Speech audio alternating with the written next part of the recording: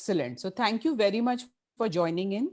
And I'm quite glad that there is so much interest to hear about palliative care. And this is how many weeks of training? Have they heard of other sessions also, or is it the first non-cancer palliative care session?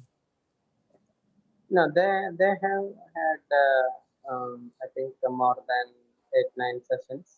Okay, Am I fine. right, Rajashri? Yes, ma'am. We have completed sessions on pain management, palliative care, and non-cancerous illness, medical ethics, difficult pain, all such sessions. And we have completed gastrointestinal symptoms too. Okay, fine. Okay, so you're all very much into the training. So without wasting any more time, I will start with my presentation today. And that is being a pulmonologist, I'm extremely passionate about palliative care, especially in respiratory medicine. And to like Sunil told you, I'm working in Mumbai, and I do look after a lot of patients with advanced respiratory illnesses. And to name a few, it is a lot of patients of COPD, interstitial lung disease, pulmonary hypertension, congestive cardiac failure. But because there are few palliative care physicians in the city and even lesser who look after non cancer conditions, I do end up looking at other organ failures like dementia, Parkinson's, motor neuron disease, as well as patients with chronic liver, as well as chronic kidney diseases. So, just to start my topic, I think it's important for me to basically tell you what I will be talking to you today. First of all, is the need for palliative care in respiratory conditions. Second thing is to introduce you to a entity called as chronic breathlessness syndrome. How, like Sunil mentioned, you are all aware of other treatments for breathlessness, but how morphine fits into the treatment of chronic breathlessness syndrome, and how we can palliate, which is to cloak or support these patients and control their difficult respiratory symptoms, especially when we cannot achieve a cure. So, this is what we will cover today. And I hope to finish in 40 45 minutes so we can be comfortable with respect to time.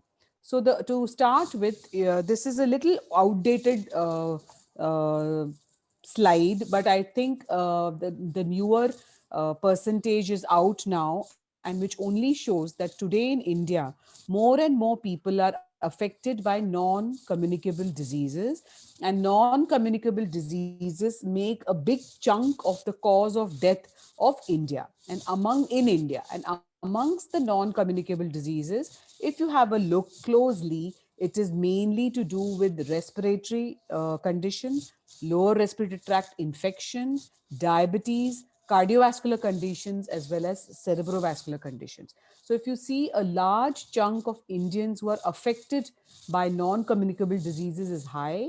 Non communicable diseases form a large part of the cause of deaths in India, and therefore we need to focus on these conditions, because if all of you will agree with me, non communicable diseases are mostly incurable, they are mostly controllable.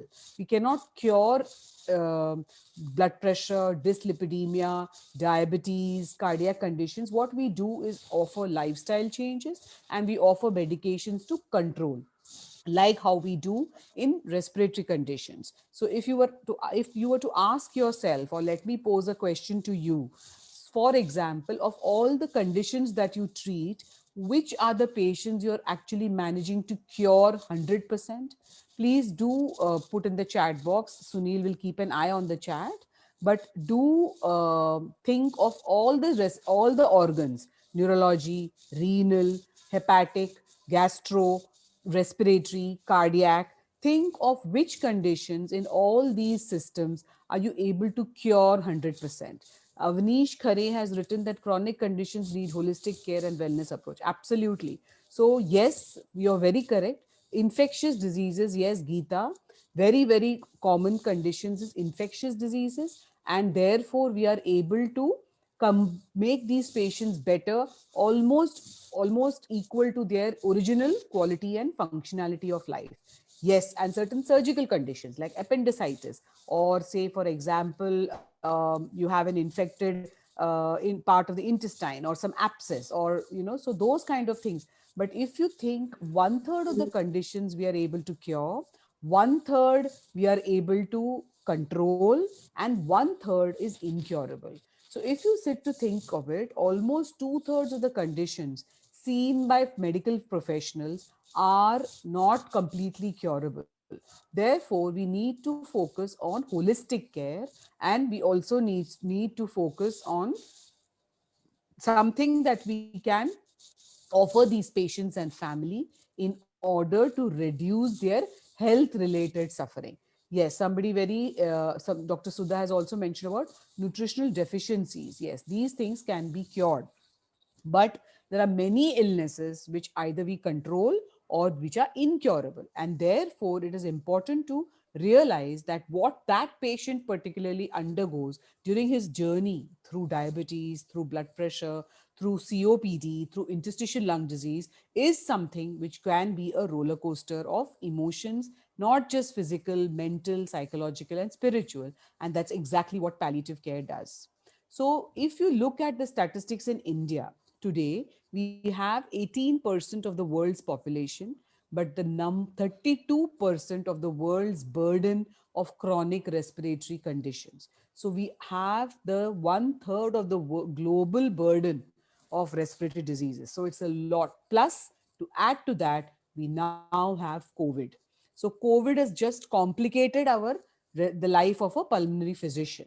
So please remember that, along with the fact that there is a very scary statistic that in the next 30 years, our country is going to be a graying population. So we have going to have a tremendous increase in the 60 and 80-year-olds, which means we are going to deal with much weaker lungs. So which means with the COVID pandemic, with the aging population, and with such a large burden of respiratory conditions, it is something that we need to focus on is the importance of integrating palliative care whenever we teach doctors respiratory medicine, or for that matter, whenever we educate doctors, even during MBBS. The most common symptom amongst what the respiratory physicians see is probably breathlessness. Now, one thing we need to remember is that breathlessness is not just a condition related to the chest. It could be because of cardiac conditions, it could be because of deconditioned status, it could also be because of other general conditions like anemia. It could be because of anxiety. So there are multiple causes of breathlessness, but yes, one of the main things in respiratory symptoms is the breathlessness, which is due to respiratory conditions. So, roughly about 75 million people suffer from breathlessness worldwide, and of this accounts to majority is respiratory illnesses, some amount of incurable cancers, and those with cardiac disease also contribute to the number of breathlessness. And it is one of the most common symptoms that we see in our outpatient clinic. So, just like I mentioned to you before, it's not just the respiratory medicine which actually contributes to breathlessness. But in respiratory medicine, the causes of breathlessness could be airway, which is asthma, COPD, bronchiectasis, as well as bronchogenic carcinoma. It could be pleural, so pleural effusion, pneumothorax, hydropneumothorax. It could be mediastinal, where there could be lymph nodes, or there could be mediastinal pneumothorax, as well as vascular. So embolism, pulmonary hypertension, and the other big chunk contributing to breathlessness is parenchymal conditions, chronic ones like interstitial lung disease, which is a large umbrella of conditions where there are more than 1,000 to 2,000 causes which can lead to interstitial lung fibrosis. Besides this, the heart is the next contributory factor for giving us breathlessness. So, congestive cardiac failure, where the heart is unable to pump, there results in alveolar edema, and therefore patients come to you with acute breathlessness or acute and chronic breathlessness. Then, of course, all those causes which cause the pump failure. So, from the brain, when, like for example, motor neuron disease, a stroke, etc., can also give rise to lung breathlessness. And then in cancer, very often these patients are cachectic because of anorexia cachexia syndrome, and they have a lot of muscle mass, they are deconditioned, that can also result in breathlessness. Now, this is another reason why we need to focus on why it is important for non-communicable diseases like organ failure, to be a part of the palliative care spectrum. Because historically, palliative care was started for advanced cancers. Very often, doctors, including and patients and the community at large, feel that palliative care is only for cancer, and that too for cancer towards the end of life. Both these statements are not true. Palliative care is for all those chronic, serious, incurable, progressive illness where there is a lot of health related suffering. So it's not diagnosis based, it is not prognosis based, it is need based, need of the patient and need of the family. So that is important. And second thing, earlier the palliative care, there is enough evidence to suggest how much a difference we can make in the life of the patient and the family. So quickly to tell you, if you divide the causes of death into four different categories as to how people die, some people can have sudden deaths, which unfortunately is only 1 in 7 people. So the rest go through a bed bound phase, making all the more important the focus on palliative care. The today's topic focus will be on the graph C, where most of our patients are diagnosed with a chronic respiratory illness, say like COPD, interstitial lung disease, at a particular point in their life, say around 60 or 65. Every dip that they have here is an acute exacerbation, and every dip that they come with could have been resulting in death. But because of modern medicine, these patients go back home, but with a decreased quality of life. Every hospital admission, the doctor comes in touch with the patient, the family, only during the acute attacks. What happens to these patients once they go home is something that doctors are completely unaware of. Are they able to walk, talk, clean themselves? Are they sleeping? Are they frustrated? Are they depressed? None of these issues we know. We only are focused, and our training is also focused on physical symptoms, and our training is focused on cure.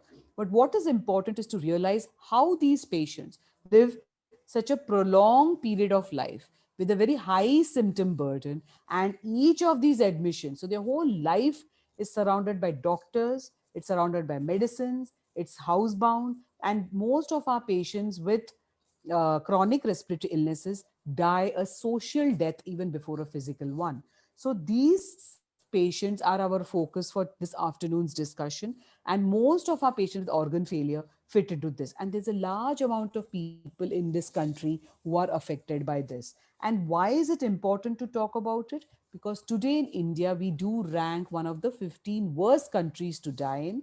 Our patients are dying with a lot of suffering, especially at the end of life. This suffering can be avoided if a lot of discussions and if a lot of uh, explanations and communication can be done to the patient and the family.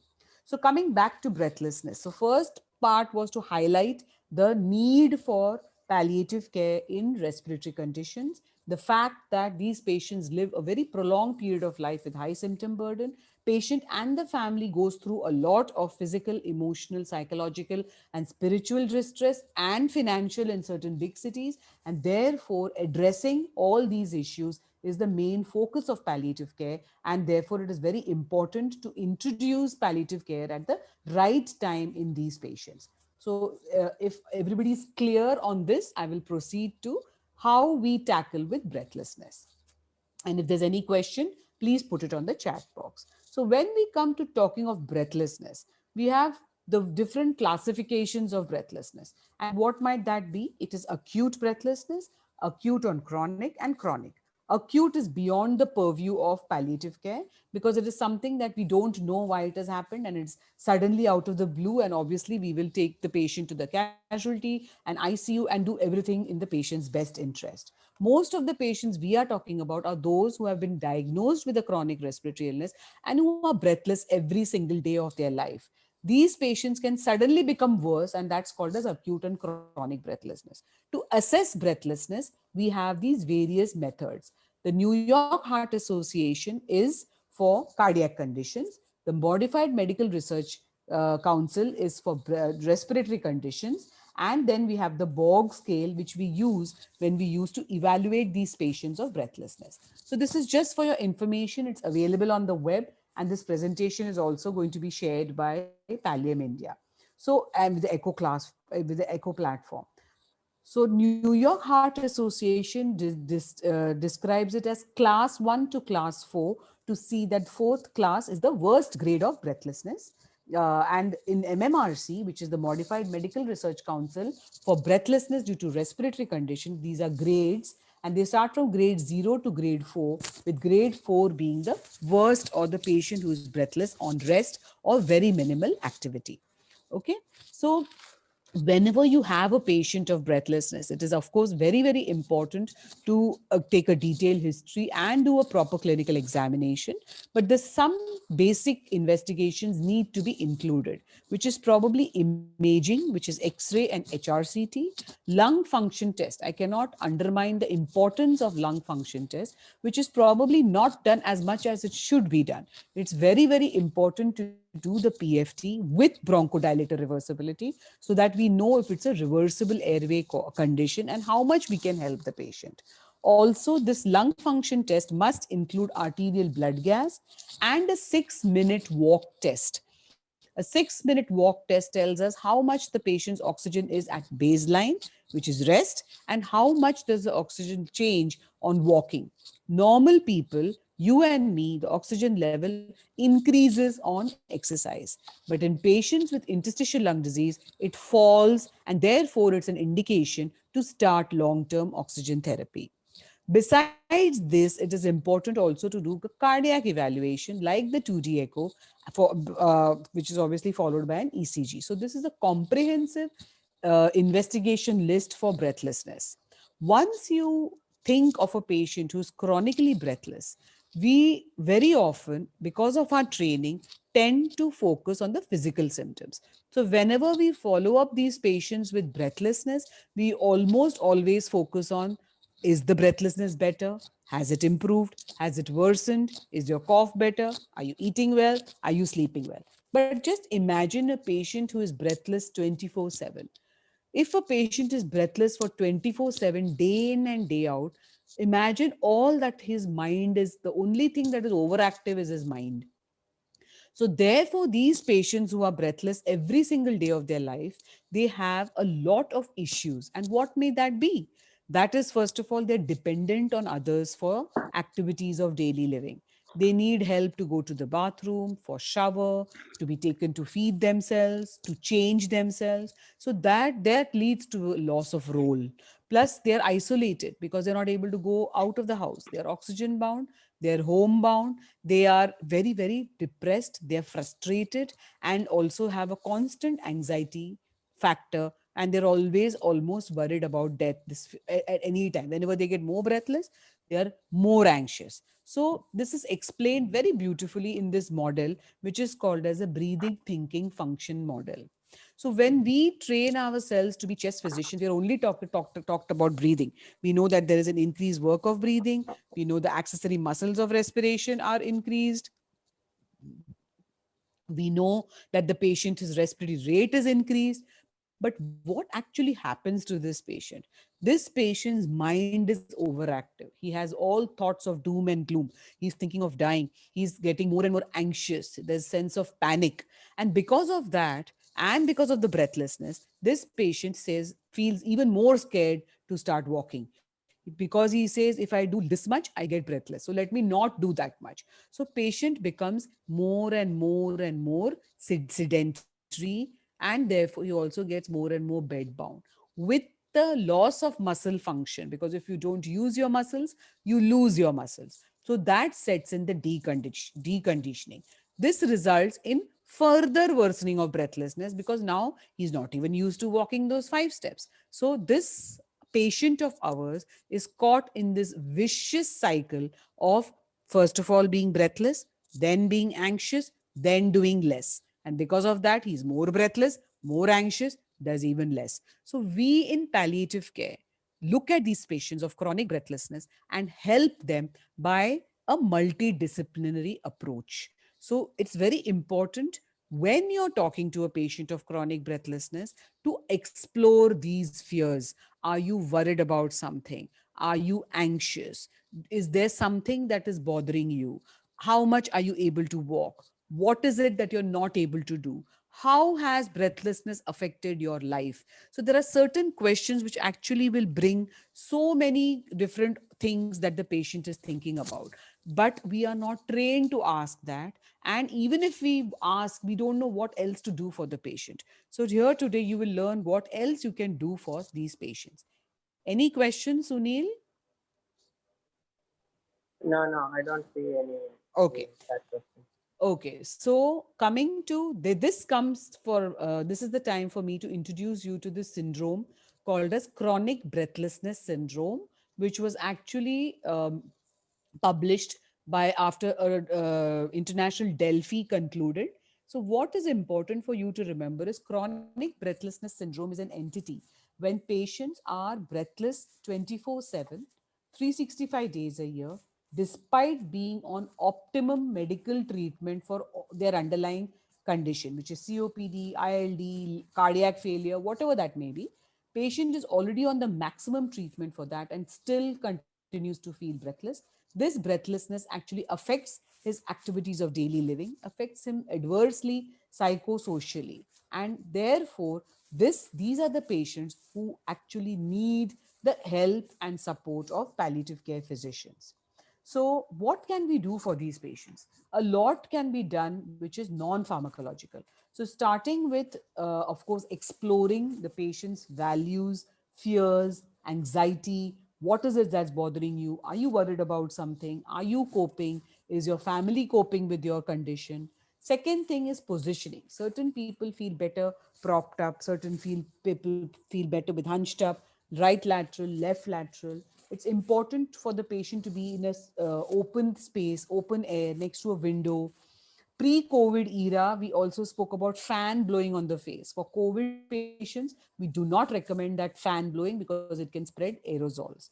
But these are some things that you can do. Loose clothing, certain massages, certain music therapy, certain breathing techniques that the physiotherapy can use. So these are various other techniques. So you can involve a counselor, you can involve a physiotherapist, you can involve social workers, you can involve a lot of people, multidisciplinary approach to actually help these patients. So pharmacology, non-pharmacological support is quite a bit. Very often we also ask patients to meet other patients of COPD or other patients of interstitial lung disease who can actually exchange ideas of what can be done if you are suddenly breathless. So there is a lot that we can do with non-pharmacology. And with pharmacology, depending on the patient's underlying condition, we can use steroids, increase the dose of bronchodilators, or switch from inhalers to nebulizer. Prescribe the patient oxygen if this oxygen saturation is maintained below 88, because we need a minimal saturation of 88 to 92 for the optimum functioning of the brain, the kidney, the heart, etc. In certain conditions where there is fibrosis, antifibrotics, and of course, the non invasive treatment we give is BiPAP, the non invasive ventilator. But one drug which is not given enough respect in these conditions is morphine. Morphine is a wonder drug for patients who have chronic breathlessness, who are already on optimum treatment for all their medications and still continue to be breathless. And these are patients who are breathless at rest or on very minimal exertion. So, morphine is used in a very, very small dose. We usually start with 2.5 milligrams twice a day and slowly titrate it according to the patient needs. We rarely go beyond 25 to 30 milligrams. And this helps in the decreasing of the sensation of breathless. Patient feels less breathless. It doesn't alter the lung function, it doesn't alter the anatomy of the lung. It only makes the patient breathe easier, lower respiratory rate. It doesn't worsen the hypercapnia, and it does not cause respiratory depression in the doses used as I told before. So it's a very, very safe medication. It's an extremely effective medication for those patients who are bedbound, housebound, and whose lives are very frustrated, like how probably a lot of us experienced during the pandemic when we were forced to stay in the house.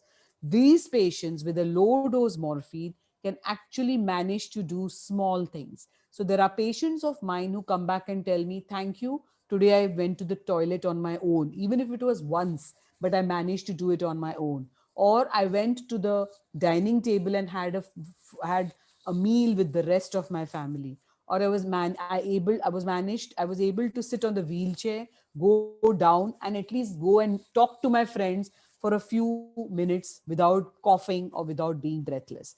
So these are small pleasures for those patients who can't even do that much. These are small victories to improve their quality of life, which is what we are focused on in palliative care. We need to improve the patient's quality of life, make his suffering a little less, see to it that he gets joy in small things that he wishes to do. The important thing is you must prescribe laxatives, like you have already been told with pain, because our patients with chronic breathlessness cannot afford to be constipated, and these patients get very uncomfortable trying to strain to pass stools. We titrate these doses weekly and slowly increase it. So it's a start low, go slow. Very, very important thing to realize, to remember, that morphine can be used and should be used in patients who are chronically breathless. In those patients with COVID fibrosis and who requiring a lot of oxygen, despite all medications, we have used morphine in a lot of these conditions to offer comfort to the patient and give the patient the dignity and respect he deserves. Is there a question, Sunil? Yeah. In post TB with extensive fibrosis, can it be used? I assume that you're talking about morphine.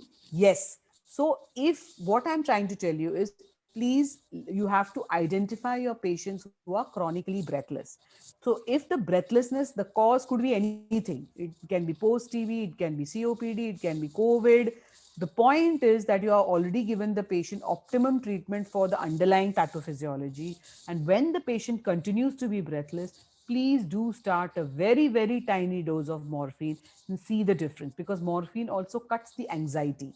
Morphine decreases the respiratory rate and the work of breathing. So, all those patients who fit into chronic breathlessness and post TB extensive fibrosis definitely does, because these patients are very, very breathless despite being on all medications.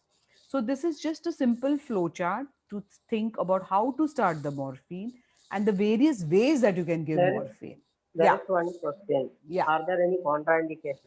So for comfort care, there isn't any contraindication. The one contraindication is probably renal. If the patient has a renal problem, then you don't give the morphine as frequently as you would like. But there isn't any contraindication, especially if you have communicated well and documented why you're giving morphine, and the fact that these patients with morphine, suppose you give them an extra dose, they can probably be a little more drowsy. So therefore, if you have experiencing drowsiness, you can ask the patient to cut back on the morphine. Other than that, there is no contraindication. Sunil, would you want to add to that? No, I think that's correct because the morphine is excreted through kidney. So we usually, but in considering Indian situation, sometimes we are forced to use morphine, and because many of the palliative care units doesn't have any other um, opioids with which we can control the blood pressure. Yeah, so So what Sunil even is trying to say is that we don't have hydroxymorphine, we don't have all the other medications available in the West. The whole purpose of giving morphine is comfort and improving quality of life. Therefore, there are no contraindications except the creatinine. There's some other comment here. Most of the advanced lung CA with pain already are taking correct. Those are for the pain, and therefore it is important to remember again that in pain, the doses of morphine are much higher, but in respiratory conditions with breathlessness, we start really slow, we increase it slow, and we review it weekly. So it's not the same, but yes, it can be used in those patients. So thank you for that comment. And also, we need to remember that there's a lot of opioid phobia amongst doctors, amongst patients, and amongst family. So therefore, we need to be very, very sure. What do we do with renal? Arsha has asked. renal failure. So if with it's not, if suppose you have patients on with renal failure and they're on dialysis, you can give the morphine pre-dialysis. There's no problem. You can also increase the frequency that you give. Instead of giving 4 hourly, you can make it 8 hourly, depending on the creatinine and the creatinine clearance. But there's another medication which is more complicated to use, like methadone. Methadone is another drug that can be used even in respiratory failure. And Sunil is a champion of calculating methadone doses. It's a little complicated the way you give methadone, because the half life of methadone is 1 week. So it's a little more difficult drug, but with morphine on dialysis, it's safe to give it before the dialysis, or you just increase the frequency and reduce the dose for an effect. So it's not that it is contraindicated, it just needs to be given much more carefully. Okay, so if there's no other question, I'm happy to go on. But thank you. It always helps to have an interactive session. So do ask questions. Okay, so this is the thing that you can give morphine orally, you can give it intravenously, you can give it subcutaneously. There are also a lot of patches available, but we would strongly, palliative care physicians would strongly recommend the use of oral or intravenous or a subcutaneous parenteral morphine rather than the patch, because patch is much more expensive. In a tropical country like India, when there is so much of humidity and sweating, we really don't know how well the patch works. The patch takes 12 hours to kick in the morphine into the system. And once on the patch, and if the patient develops more symptoms, we really are not sure how much is the circulating morphine to be able to confidently give the patient more morphine. In patients where we are controlling the amount of morphine we give, we can easily decide that it is 3 hours or it is 2 hours since the earlier dose of morphine, and we can titrate the dose according to what the patient has received, and there is a lot of control of the amount of morphine in the circulation. Whenever we think that the patient has a lot of anxiety, we do add a medium acting benzodiazepine. And when the patient is panicking, we put midazolam. So I think there's another comment here. Will it help to reduce the so please remember that bronchodilator's mechanism of action and the way it acts by attaching to the beta receptors as well as the muscarinic receptors is a completely different way. So we need to continue the existing medications for the underlying pathophysiology. So bronchodilators work differently. They allow air to come in and go out. Morphine works differently. So it really doesn't help to decrease the dose of the bronchodilator. Patient should be on.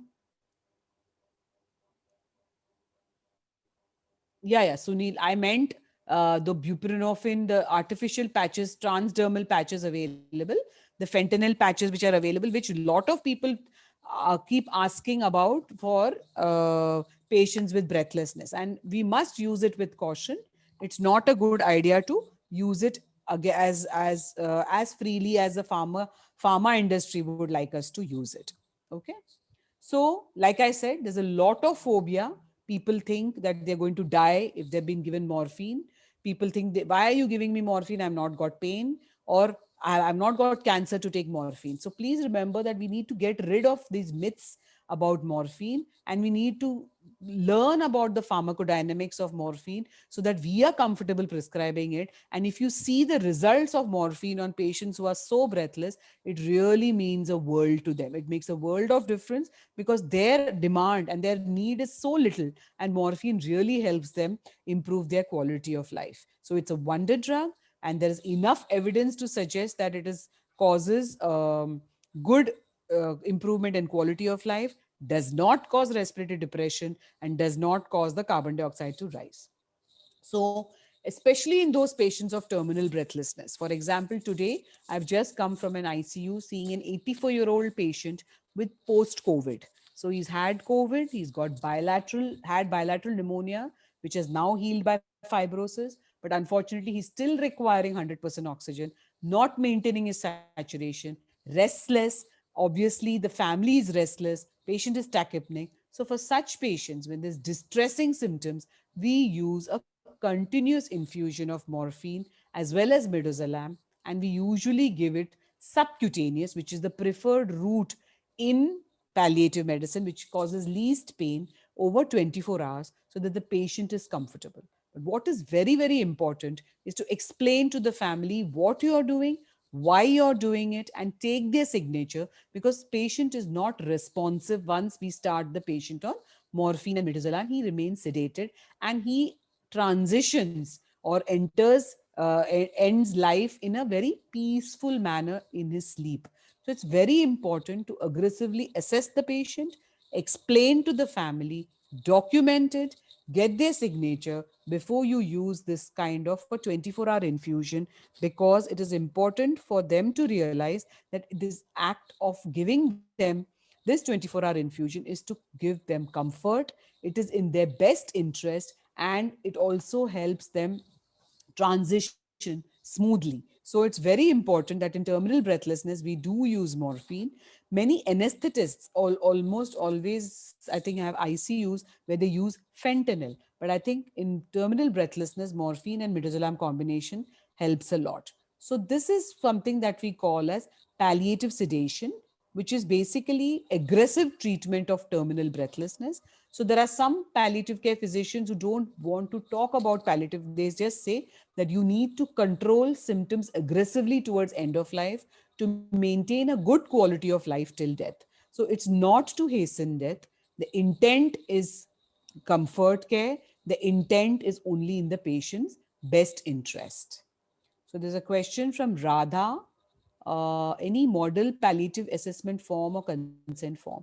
So if you look at the web, Radha, there are many from the West, but we really need to adapt it to our own culture. Usually what we do is that we explain to the patient, take the negative consents for escalation of care, which includes hydration, nutrition, dialysis, fluid resuscitation, so RT feeds. Each of those is specifically mentioned, as well as cross cardiopulmonary resuscitation, as well as intubation. So we every and in the COVID times, this has also changed because the family is away from the patient. So we are actually asking them to send us WhatsApp video images of their consent that they are do not want to do 1, 2, 3, 4, 5.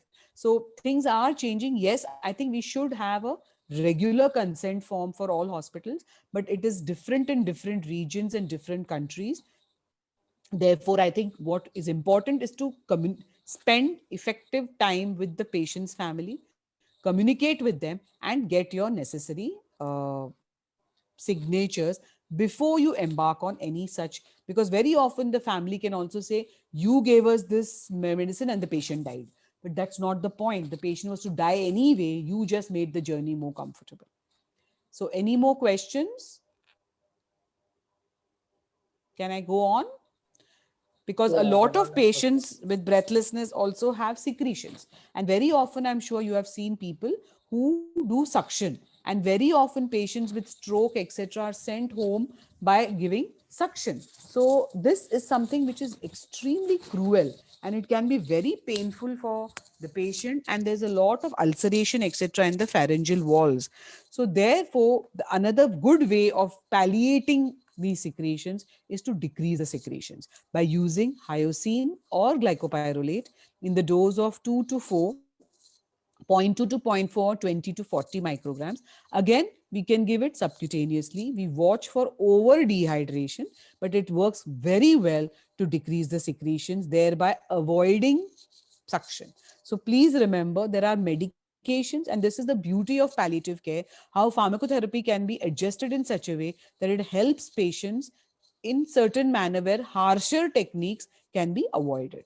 Okay. Moving on from breathlessness to another distressing symptom, which is cough, which is a normal protective reflex. And I think I'm overshooting the time, so I'll rush through these other symptoms. So it's important for you to remember that cough can, especially persistent cough, can be extremely distressing. And again, cough is not just respiratory, it could be gastric because of reflux, cardiac, again, failure, certain drugs, radiation, as well as psychogenic. So anytime you remember, you have to have a detailed history, kind of cough, diurnal variation, color of the sputum, dry cough, wet cough, go through the drug chart, do everything. And once you establish that you have sorted all the other reasons for the cough, you then need to focus on the fact that the patient has chronic intractable cough. So there are certain non-pharmacological things that you can ask the patient to do, which is sometimes patients for respiratory, like physiotherapists can teach them breathing exercise. There are certain acupressure points for cough, or you can also optimize their treatment, check their technique for the inhalers, explore their worries. There are certain few medications that you can use. For example, what the common things we do use is gabapentin for intractable cough. We can also use, if the cough, the etiology of the cough is, say, anxiety, then citalopram can be used. But morphine also is a drug that can be used if codeine doesn't work. So you can use gabapentin for intractable cough. You can use codeine syrups, and the next step is to use morphine. So please do remember, your evaluation will lead you to this conclusion of a chronic intractable cough. Once you have chronic intractable cough, you can try these medications. Start with gabapentin, then to codeine, then to morphine, low dose, just like in breathlessness, to see to it that you can keep the patient comfortable. Now, the next symptom, again, for lack of time, I will definitely go through it, but please remember, pleural effusion, which we see very often in malignant situations, can be an extremely distressing symptom because the fluid keeps filling up. And this can be very distressing to the patient. And in a COVID situation, again, patient can't keep coming to aspirate this fluid. So you must remember that the management of recurrent filling pleural effusion or malignant pleural effusion is directly dependent on the cause. So if the patient is, usually pleural effusions are seen in metastatic cancers. So if the patient has a good prognosis, then we put the patient on a pigtail or an indwelling catheter, and we dry out the pleura and then can attempt a permanent solution called as the pleurodesis. But if the patient doesn't have a good prognosis, then we aspirate large quantities, say 1 to 2 liters, and uh, therefore we see to it that those patients are kept comfortable, but they don't have a long-term indwelling catheter. So depending on the prognosis of the patient, we keep the patient comfortable. Believe me, even those patients who are got pleural effusion, who are breathless and cannot remove much fluid, you can still give them low dose morphine along with interventions like aspiration. So it depends on the cause. Malignant pleural effusion also depends on the severity, the performance status of the patient, and therefore how much it responds to drainage. Then we come to hemoptysis, which can be another distressing symptom, and hemoptysis can cause death by exsanguination, that is loss of blood, or asphyxiation, because a large volume of blood, if aspirated into the lung, can be very, very fatal. And it can also be very scary, commonly seen in our country post TB, as well as, of course, cancer and infections. And therefore, in a situation where you are dealing with a patient of bronchogenic CA, or if it's very close to a big vessel, you need to be prepared and to prepare the patient and the family of how it can be, and tell them it's important how to reassure the patient. It's important to keep dark towels and not white color towels or light color towels, because the sight of blood itself can be very, very scary. Also, the interventions we can do, especially if it's a bronchogenic CA, we can do laser, we can do cryo, we can do brachytherapy and endobronchial radiation. Commonly, what we do offer, which is external, is bronchial artery embolization, which is done by radiologists, where a gel foam is inserted into the branch of the bronchial artery so that the end of the bronchial artery can actually be clotted so that there's no more loss of blood. So there are many things that we can do even if we can't cure a patient. And that is what is important for us to remember as the mantra of palliative care, that even if you can't cure, you can comfort and care for the patient. And it's extremely important for us to realize that it doesn't mean it's an extra waste of time. If you ask the right questions, you can actually try and help the patient. Of course, you must realize that we also have limitations and we cannot solve all their issues, but at least we can hear it, and at least we are able to address it and acknowledge that yes, it must be distressing. Yes, we are here to support you. And that is what exactly palliative care does. And what do we do in the medical management of hemoptysis? we can use these medications, especially tranexamic acid, which can be given orally as well as endobronchoscopically so that the bleeding can stop. So we use tranexamic acid often to control hemoptysis. The last is the hiccups, which actually could be argued that it is a gastrointestinal symptom, but it can be very, very distressing. And commonly it is seen because of acidity and reflux. So we do use, earlier, I remember as an postgraduate, we used to put Ryle's tube and neutralize the acid with bicarbonates. The other things that you can do is try using proton pump inhibitors, prokinetics, so that the stomach empties. Also, we can use gabapentin agonists, agonists like baclofen, and metoclopramide can be used for intractable hiccups. So some others, of course, there are non-pharmacological interventions like distracting the patients or scaring the patients or certain respiratory maneuvers, which actually help the patient. So I've just given you an overall, but my main focus has been to introduce you to the need for palliative care in respiratory conditions, the term chronic breathlessness syndrome that most of our patients with advanced lung diseases experience, how morphine in a low dose, start low, go slow, can be safely and effectively used to control the distressing symptoms of breathlessness. And what is most important for us is to recognize when these patients of advanced lung diseases need to be interacted about, like falling off the skyscraper. And we doctors wait till the patient reaches the first floor before we start talking to the patient or the family. Our onus as doctors is, as the patient is falling down every floor, it is our onus to talk to the patient with timely, sensitive, unhurried conversations, preparing for the next few months or weeks, so that they have the time to process, analyze, and come to a conclusion of what they would like to do in an emergency. Very often, therefore, when we talk to them in an emergency, nobody is in the mind space to discuss what is to be done. And then they end up saying, Doctor, please do everything. And in a country where already we are overstretched with poor resources, we end up doing life prolonging, life sustaining treatment to the people who are poor candidates with outcomes which end to be poor. And that has been highlighted very sharply during the pandemic, where elderly people were put on the ventilator. And worldwide, we saw them having poor response uh, amongst elderly and with comorbidities. So it was very important to start talking to those elderly right from the time they get admitted, because communication is, as it is a challenge during the pandemic, because patient and family is not together and we are all in PPEs.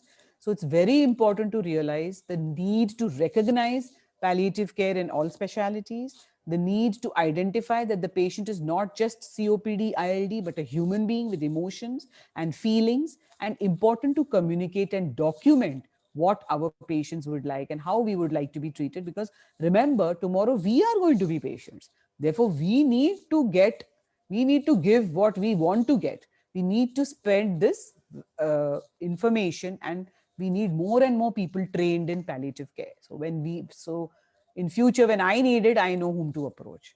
Over to you, Sunil. Thank you. I'm happy to have the case and any discussions or questions.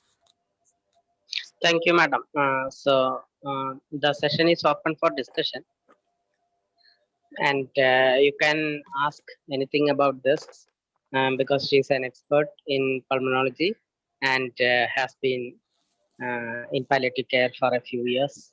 So we will not see a person like her. So Much fewer than you, Sunil. I'm still in kindergarten of palliative care. Any questions or comments or thoughts? Or anybody wants to share something?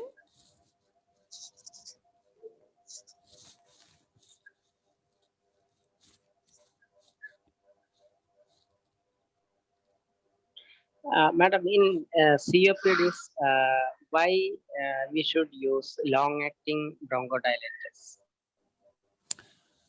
So even in asthma, Sunil, we do use long-acting bronchodilators, simply because the difference between asthma and COPD, the rationale is obviously we need a 12-hour coverage. So because in asthmatics also and in COPDs, the idea is to not have frequent bouts of breathlessness. The idea is to have a controlled, symptom-free time.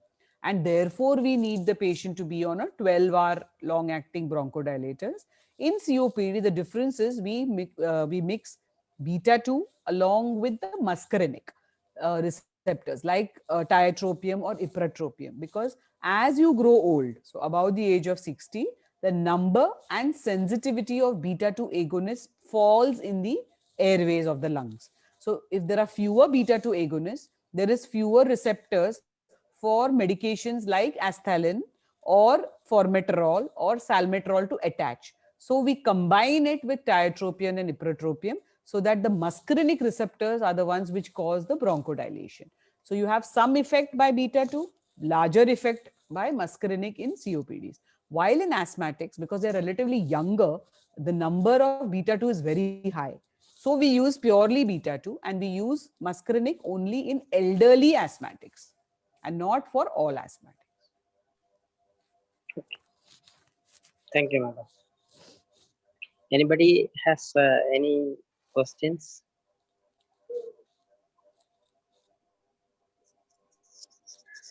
Maybe we can go to the case and that will throw up some questions. Yeah. Or if you want to ask or discuss something else. How many of you have used morphine? One. How many have used morphine for breathlessness? Anybody wants to put it on the chat? You don't have to talk if you're not comfortable.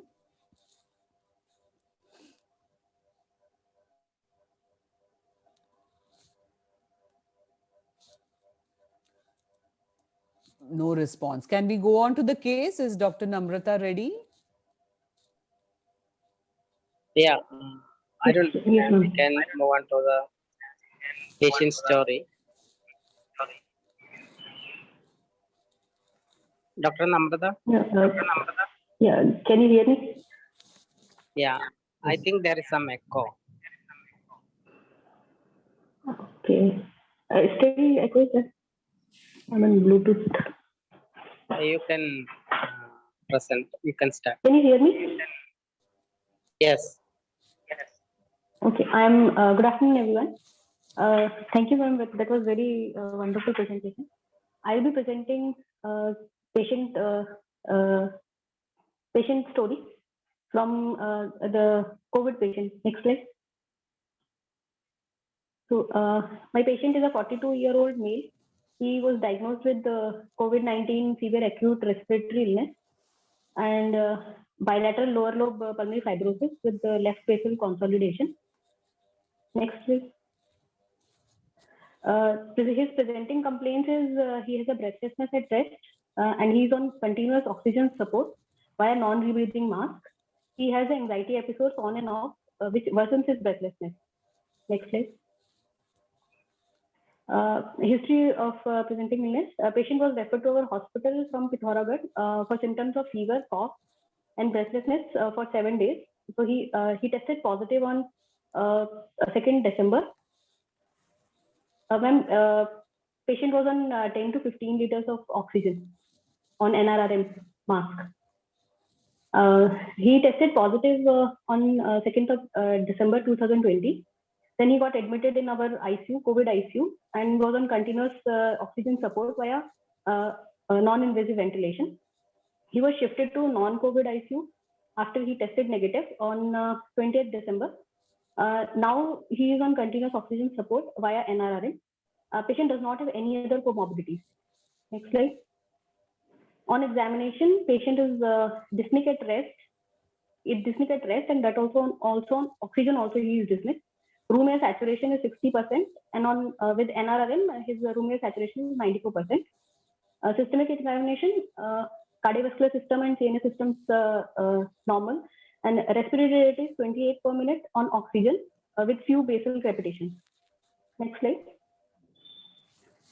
Treatment and significant investigation. As the patient, as according to our hospital protocol, patient was given plasma therapy.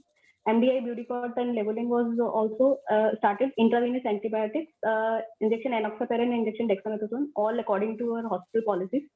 Latest chest X-ray shows right basal consolidation and pleural effusion. And ultrasound chest, ma'am, remdesivir was not given because his LFT was little bit deranged in the starting, and they give remdesivir only when the patient is within that 7-day period. And on ultrasound chest, he had a minimal pleural effusion, so they decided not to drain it. Next slide. He was done. HRCT also was done. उसका report late आया था. So it was bilateral pulmonary fibrosis was diagnosed on the basis of HRCT. Psychosocial aspect, he owns a transport company. His concerns is about the family and the business is disrupted due to his illness. The patient is still admitted in our hospital, but he is in ward. So he has two kids who is living with their elder brother's family, and wife is caring for her here, and business is being taken care of by the partners. Next slide. Medication right now, he for the breathlessness and acute this anxiety, we prescribed him clonazepam 0.5 mg HS. This has been improving his anxiety. An injection morphine we started 1 milligram 4 hourly, that improved his breathlessness, that respiratory rate was reduced and it was more effective. And he started to feel better, less of air hunger. Breathing exercises, incentive spirometry, and assurance about the that his breathing will improve. Laxative, yes, sir. Yes, sir. Patient was on laxative also. With the he was given syrup, cremacin. Next slide. His main concern is breathlessness and a continuous oxygen support. Why should we co-prescribe? Sorry, ma'am, I didn't got the question. Why did that? We'll ask in the end. Don't worry. I will get to that. Okay. Why do we co-prescribe Previously, both together, laxatives and morphine? We'll get to that. I'm sure all of you know, but it's a good revision. yes. Okay. So, patient main concern is breathlessness and continuous oxygen support and continuous need of critical care. Next slide. In summary, patient is COVID-19 SARI diagnosis with a breathlessness on continuous oxygen support. Next slide. Discussion points, the chronicity and the uncertainty of the illness. As patient is like admitted in hospital for past 2 months, and there is no certainty that when he will improve. Right now he is improving. His latest condition is that he is on nasal prongs, and room air saturation is around 77 to 80%, but he is not dyspneic at room air. Although the saturation is low, but he is not dyspneic, and he has regained confidence that he can move out of the hospital. His oxygen dependency and ICU admission. Oxygen dependency, in the starting, he used to, when he was shifted to non-COVID ICU, he used to say he cannot live without oxygen. There was a lot of fear of death, and every time we tried to change him from the lower FiO2 mask, he used to have a more anxiety, more dyspnea, and anxiety related to breathlessness also. And the discussion point is morphine for breathlessness. Actually, when we started him on morphine, we gave him for 7 days. First 1 mg 4 hourly we were giving, then he was little sedated, so we changed it to 6 hourly. But as the patient is in ICU, we were doing constant ABGs, so patient started to have a CO2 retention. So subsequently, morphine was stopped after 7 days. But it was not like the patient was worsening. Okay, great. I mean, excellent that you all use morphine. I'm very, very glad. Where is this hospital, if I may ask? This is Haldwani Medical College, Government Medical College in Haldwani, Uttarakhand. Which is Uttarakhand. How are you all in Uttarakhand? All okay? Yeah, ma'am. Cases are reducing.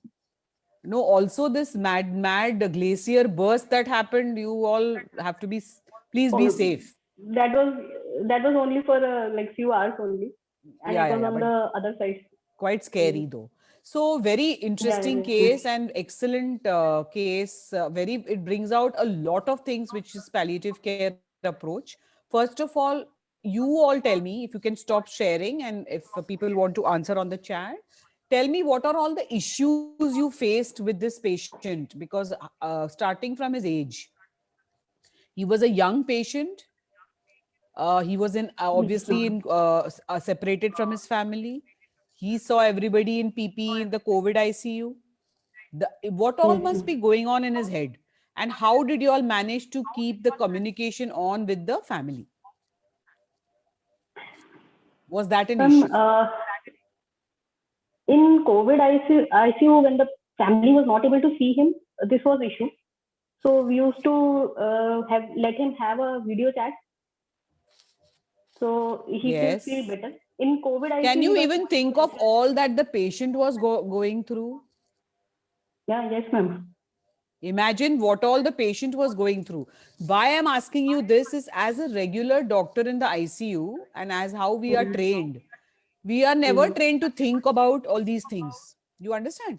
We are Yes, yes, ma'am. trained to look at physical symptoms, ABG, blood gas, creatinine counts, BP, oxygen. We don't realize the emotionally what all patients are going. Imagine being alone in a ward and so much panic and information with the COVID, this fear of death, not meeting family. Otherwise, when you get admitted in a hospital, family is next to you. It's so different.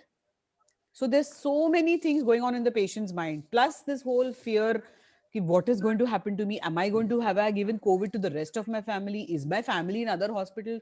Imagine the kind of stress that patient is going through. That is one. Two is about this, imagine feeling this breathless. A normal 42-year-old patient, somebody who is much younger than me, hatta katta, no issues, suddenly is out of breath, he's not knowing what to do. So much fear must be there. So I think you all approach this patient very well.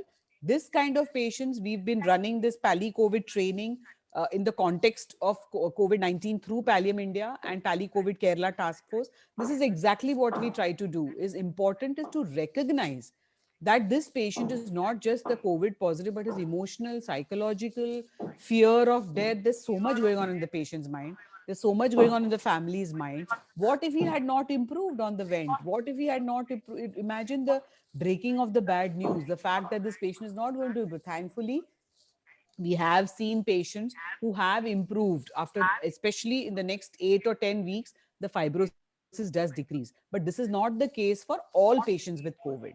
So please Yes, remember, ma'am. This was fear for us also, whether the yeah, patient will absolutely. improve or not. What to tell to the patient's family? The Yes. patient will get all right or not, whether the patient will live or not the next Yes. day. Also, the It your was own very fear, difficult. Namrata, of getting COVID. And we are all lived through Yes, yes, that. yes. Na? And the way the cases have come, so many cases at one point, the overwhelming ek duty, in one duty, losing so many patients, it also causes a lot of emotional stress on doctors. We've also gone through a very difficult time. So this has been a time where palliative care has gotten even in sharp focus because death and dying has been in sharp focus. The fact that everybody talks about social distancing, but we need to remember that we need to be emotionally connected, be there for each other, for the patient, for the family, for the team members. This is the time to show compassion. This is the time to show kindness, empathy, to be there. So very, very good case. And I mean, especially very topical. And you yourself realize what all you went through with this patient. It's not just physical, it's emotional, psychological, the use of morphine. Yes, what we do, Namrata, is when we give morphine, we normally start Yes, at a ma'am. very slow dose. When you give 1 milligram every 4 hours, is this injectables? Yes, ma'am. Injectable. Why didn't you give oral? Ma'am, oral morphine, getting it issued for a ICU patient is difficult. Oh, okay. So these are policy issues. But otherwise, oral works just as Yes. well. The half life is 4 hours. And the point is, you can give an extra dose also, rescue breathlessness. So we usually start 2.5 12 hourly, then make it 8 hourly, then 6 hourly, then 4 hourly. Unless the patient has no oral access, only then. And if we use subcutaneous. Sunil is the expert for the use of how to use morphine. But we don't see that much of hypercapnia if you give it in the correct doses. And if you use it with an NIV, then even the hypercapnia stress is not there. Because, to be He was honest with not on you, NIV once he ah, started morphine. no, He was what not I'm on trying to see, when you NIV. have a palliative approach to respiratory breathlessness, we don't believe in doing constant ABGs. You understand? Okay. In this patient, you obviously there was a good chance of survival, so you went all out, which is very good. And you also at the same time controlled his aggressive breathlessness with morphine, this chronic breathlessness. So that's why his lung could relax, he could relax, and therefore there was much better healing. But otherwise, if you use it with NIV, there is not, and actually if you use low dose, many times I don't use NIV. And it doesn't cause hypercapnia. Increased dose of morphine, yes. And we usually start oral or subcute. We don't do so much IV even in ICU. Ma'am, with the oral dose, we have a 10 milligram IR We break it tablet. into 1/4. Ma'am, 1/4 is a very small tablet. So what we do now, sometimes what I ask the patient to do is to crush the tablet and divide into 1/4 and approximately give 1/4. But my patients at home take 1/4 tablet only. Thoda waste hota hai. I'm sure some gets wasted, but the medicine is not that expensive, so at least they can bear it. Unlike very often, there are people who say, "Can I not put a patch at home?" But the patch is expensive, almost 1,000 times more expensive in India. And being a tropical country, unless it is cold, we don't know how much the sweat causes the circulating morphine to be affected. And the other very important thing is Morphine patch is available. Buprenorphine patch. Yeah, but it's the same, no opioid.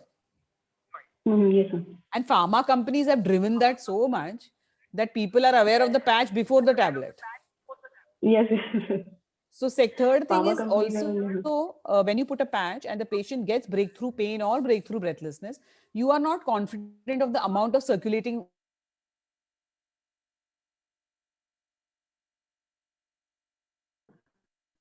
avoid topical patches. We are best to give oral or subcute.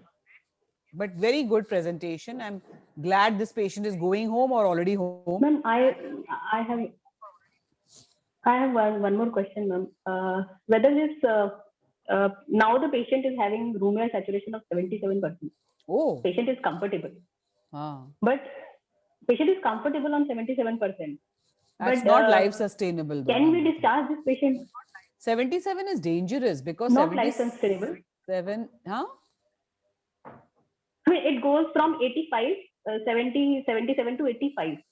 Yeah, but he will need high flow. How much oxygen is he needing? See, you have to maintain oxygen between 88 to 92 at all times. Ma'am, with nasal prongs, he is having, with nasal prongs, 2 liter oxygen, he is having saturation of 96. 90? 6. Then he can go home on oxygen. Yes, it is happy hypoxia, Gopal, is for those patients who come relatively comfortably and suddenly deteriorate. That we saw in COVID because of microangiopathies and clot formation. Those are result of pulmonary embolism. Happy hypoxia is reserved for pulmonary embolism. This kind of hypoxia is because of COVID-related pneumonia and accelerated fibrosis. So it's behaving like interstitial fibrosis. So very often what we have tried to do with these patients is also start on antifibrotics. Is he on antifibrotics like pirfenidone? Yes, ma'am. Yes, ma'am. After that diagnosis of pulmonary fibrosis, we started him on pirfenidone. And is he taking 1800 milligrams? No, ma'am. Not 1800. He is on 200 milligram TDS. That's not enough. The ideal dose is 1800. In the Western literature says 2400. So it's 2 tablets 3 times a day. Okay. So how you increase it is 200 3 times a day you start. After a week, do LFT, make it 200, you increase one dose by, morning dose 400, afternoon 200, again 400, again repeat it, then 400, 400, 400. Okay. I mean 600, 600, 600. What am I saying? First 1 to 2 weeks, then 2, then 3. So antifibrotics. I've also just emailed Sunil a post-COVID document which has come from NHS. You can probably give that to him because it's not physical pulmonary rehab. What all he needs to do is a part of that package. If Sunil can share it with all of you, I've just sent an email to him Yes, of the madam. post-COVID document. That also is important, plus antifibrotics, plus physiotherapy, plus counseling, all these. And he will need to be on oxygen. What we have noticed is within 10 to 12 weeks, slowly the fibrosis decreases in these patients. So it takes almost 3 months.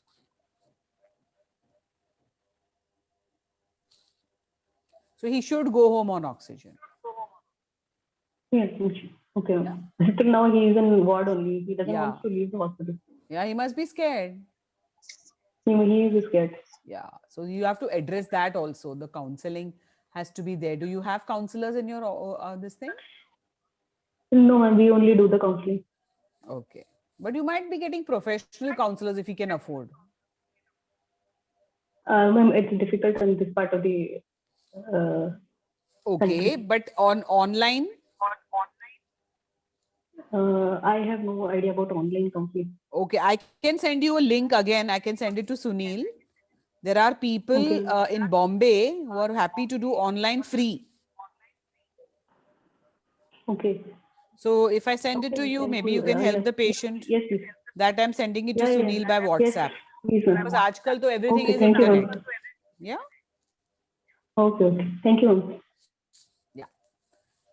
Sunil, you want to add something? Namrata, if you can stop screen sharing, we can probably go back to the screen and then discuss if anybody has a question or Sunil wants to add something.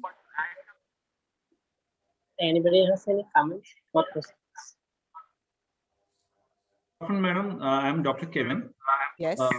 I just want to know whether this post-COVID lung fibrosis, in your experience, is it reversible? Yes, ma'am. So we've noticed that it takes about 10 to 12 weeks for those patients with no comorbidities and those patients who have recovered and are stable in all other parameters. These patients take about 10 to 12 weeks. We do give them pulmonary rehab, oxygen, we give them pirfenidone, and we slowly and obviously we give counseling because it's been a harrowing time for the patients. So it's again a multidisciplinary approach, and we have seen it takes about 10 to 12 weeks. I think there are some articles about this recovery, which I can share it with you, but we have tried to start using antifibrotics much early. As soon as we see that this patient has bilateral and goes into ARDS, we know he will heal by fibrosis. Those patients who have got comorbidities, their functional recovery, there are much less chances. This is what you're saying. So we are saying that those patients who are elderly and those patients who have multiple comorbidities, when they get this florid fibrosis, they don't seem to do very well. But the younger patients with no comorbidities like this gentleman, if they have survived the stage of the ARDS, then they take about 10 to 12 weeks to recover. And the I have a fibrosis question. regresses.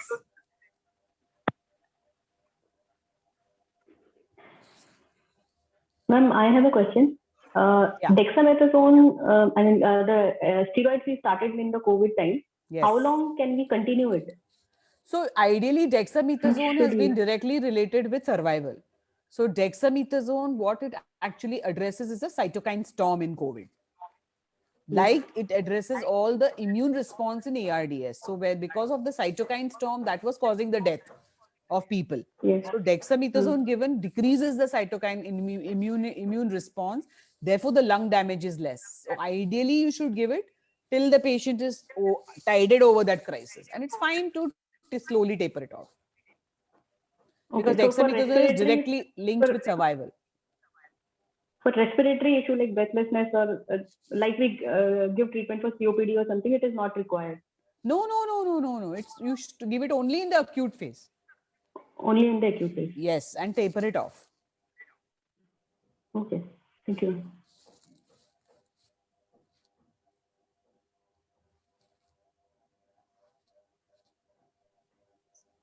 Anybody else has any questions?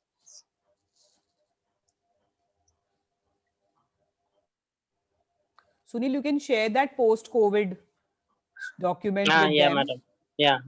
It's a very interesting document, which will be helpful for this patient. And I have also sent you on WhatsApp the counselor free service done by students of psychology from Bombay.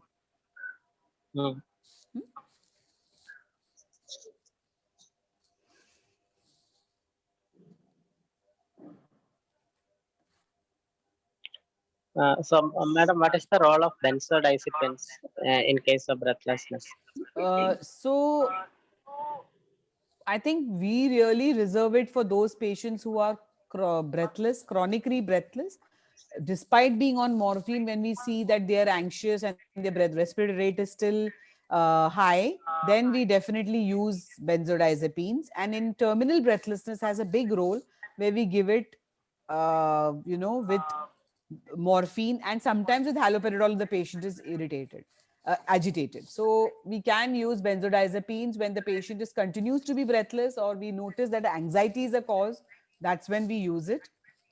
Again, we give it orally on need basis or subcutaneously, and it works very well for patients, even especially the terminal breathlessness, or we know that their oxygen saturation is constantly low, very breathless, or patient has requested that he doesn't want to be aware of his distressing symptoms.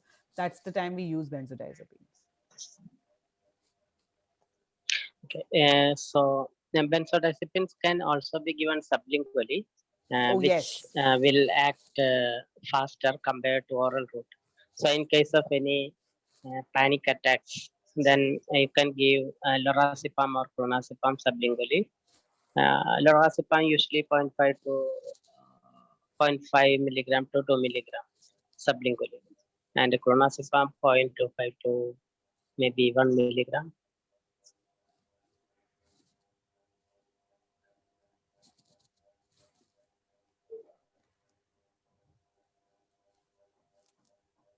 Madam, you have been using morphine for breathlessness Yes. in advanced COPD, interstitial lung disease, and uh, do you remember any particular patient with whom you have had such a remembering experience?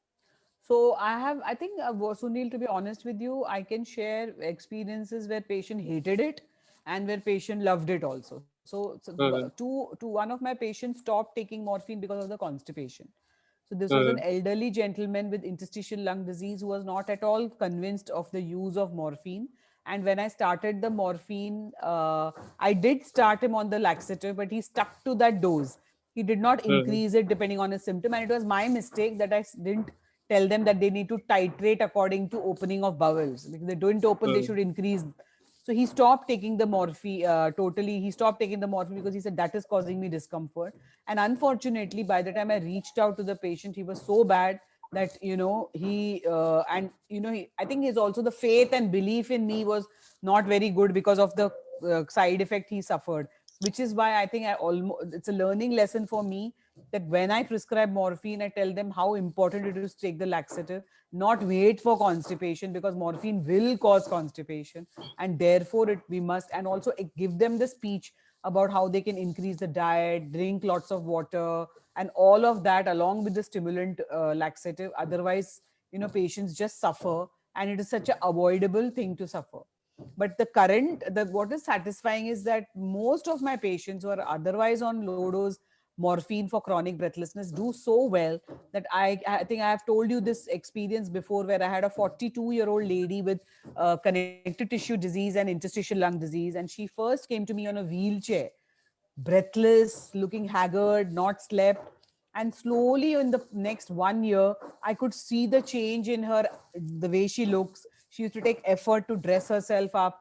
Then she used to come walking to the outpatient clinic. Slowly, with morphine, she started enjoying cooking for her son. And she was feeling that even though she had a life limiting illness and she might not live till 60 or 80 because of other complications of CTD, like renal, etc., but in the sense she had hypertension, she had other issues, but at least the time she was alive she could do enjoy these small pleasures of life.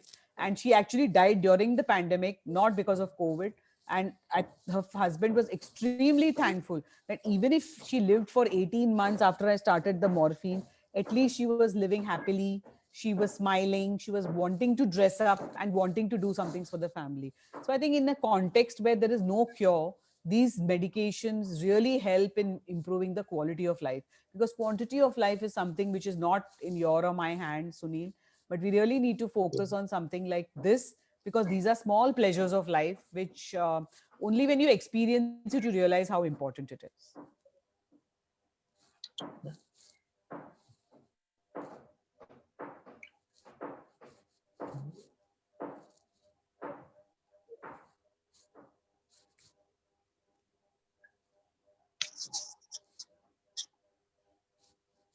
I don't think anybody else Madam, has any recently, questions. Yeah. we had a patient who is a 29-year-old male patient with carcinoma of the rectum with lung metastasis.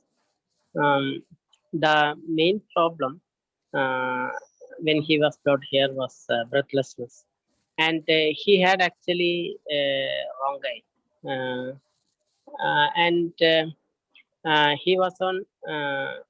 Actually, when we gave bronchodilators through nebulization, both beta agonist as well as ipratropium. I don't know whether it is correct, along with inhaled steroid.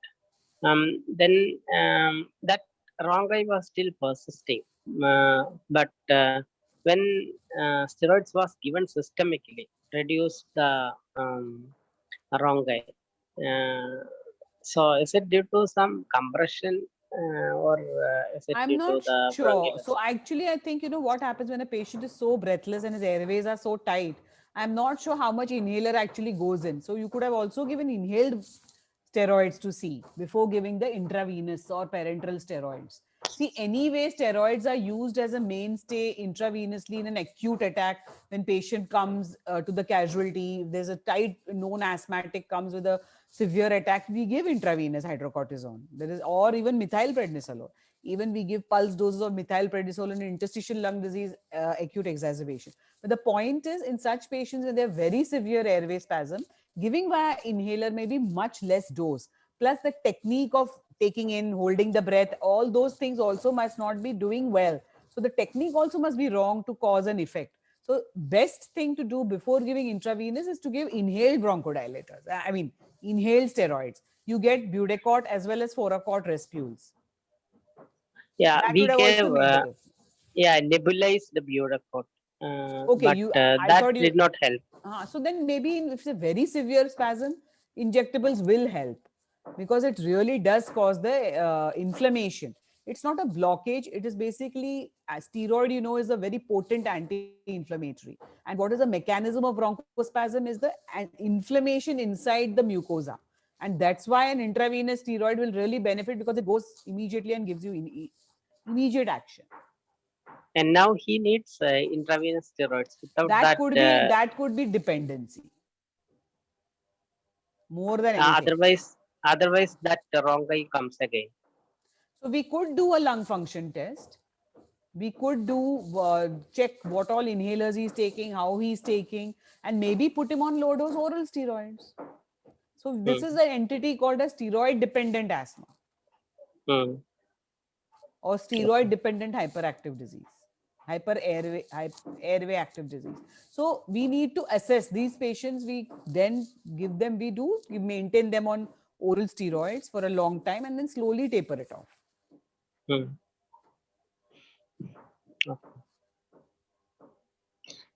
So Dr. Nina is Namrata asking has about asked about adrenaline. adrenaline Yeah, nebulization. We yeah. don't use that often at all for Ronchi. I really don't have that much experience using it. But, what we do use often is we use methylprednisolone also, just tape up the storer. But we don't use adrenaline. Nina has written, can you explain the technique of obliterating pleural space by using the powder? So that's called as talc pudraj, where we use the same talc, the talcum powder. First, we drain the pleural fluid, pleural space. We make it completely dry with a pigtailing, which is the long ink-dwelling catheter. And once the fluid, we confirm that there is no fluid with ultrasound. Through the same pigtail, we put this talc along with a local anesthetic as well as a little amount of saline to dissolve it into the pleural space. And we clamp the pleural tube and we make the patient lie down in all positions so that the talc spreads everywhere. This causes an acute inflammatory response in the pleural and visceral surfaces so that it adheres to each other and heals by fibrosis. So there is no potential space left for the pleural effusion to collect. That is what we do in certain cases of recurrent malignant pleural effusion, which is distressing for the patient. What should be the amount of drainage? Because many patients will be on. So it's recurrent pleural effusion. So obviously anything that is causing symptomatic problem. See, when we are treating these recurrent pleural effusions, obviously when it's reached the pleura, it is stage 4. So it is palliative approach. And if that means we go by the need of the patient. So if the patient is symptomatic, so some small amount of effusions, 150, 200, 250 ml, some patients are not symptomatic. But if the same patient is a COPD, then even small amount of fluid is going to cause him breathlessness. So therefore, it has to be need-based and it has to be dependent on how the patient feels. If the patient is comfortable, then we leave it. If the patient is uncomfortable, we aggressively treat the airway disease as well as the pleural disease. And that is dependent on the prognosis of the malignancy. If the patient is going to die in a few weeks, there's no point doing all this. Then you just drain the patient once. But the patient is going to be alive for longer, then it makes sense to keep him comfortable. I was actually asking about what should be the amount of fluid, pleural fluid, for putting in talcum powder. No. So that also, Sunil, it's dependent on, suppose the patient has moderate to massive fluid, it will take a long time for the fluid to drain, because unlike ascitic fluid, we don't drain it all at once. So slowly only we will drain it. And secondly, if we notice that the patient is recurrently filling again, then those patients we definitely see to it that, because sometimes what happens, you leave the pigtail in slowly, then it doesn't fill, then we leave it. But it's recurrently filling, then those patients we definitely do talc. Sometimes even in TB, we have a bronchopleural cutaneous fistula. Constantly it's getting infected. We, despite the treatment, when after the treatment, if we notice the filling has become less, then we seal the bronchial leak and we try and do this pleurodesis so that the patient is comfortable. It's aesthetically also comfortable for the patient not to roam around with the ICD tube.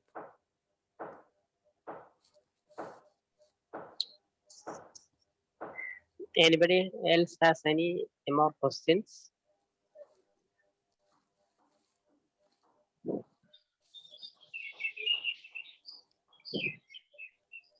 Dr. Namrata, do you have anything more to ask regarding this patient story? No, sir. Great. Thank you so much. Then, Thank you, ma'am. Thank you. It was really good. okay, so